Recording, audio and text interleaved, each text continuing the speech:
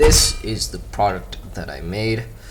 It's a part of a larger project that is for the Ishcmc Science Fair, and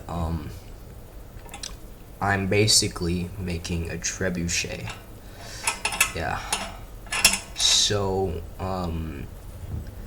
this is the arm that is supposed to throw the projectile, and I haven't finished it yet. Obviously, I'm planning to add like some kind of bearing to this, to like for it to rotate, and something to hold the ball here.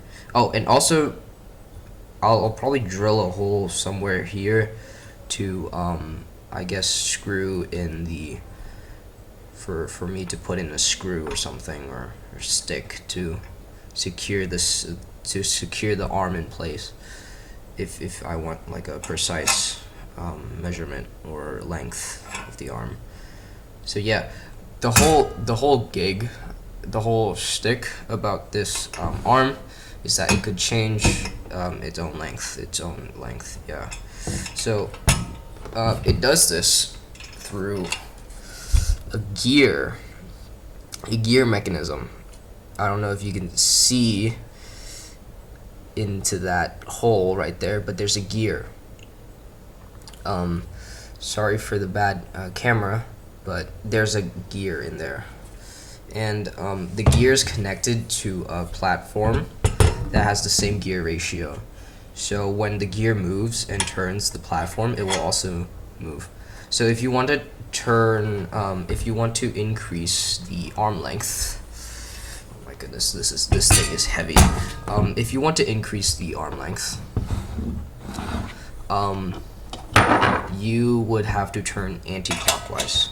So I mean, the reason why I'm using an external bar to change the arm length is because it's quite hard to do. So that's why. As you can see, I'm struggling a little bit, which is the main downside of this arm, I think. Yeah. So as you can see, this is the platform that's moving the arm, and yeah. So, and if you want to decrease, then you would have to turn. No, wait. Okay. If you want to increase, then you have to turn clockwise, and if you want to decrease, then you would have to turn anti-clockwise. Yeah, my bad, guys. My brain is I'm just tired after that whole day. But anyways, yeah. That's the arm. That's the almost finished arm. Yeah. Bye.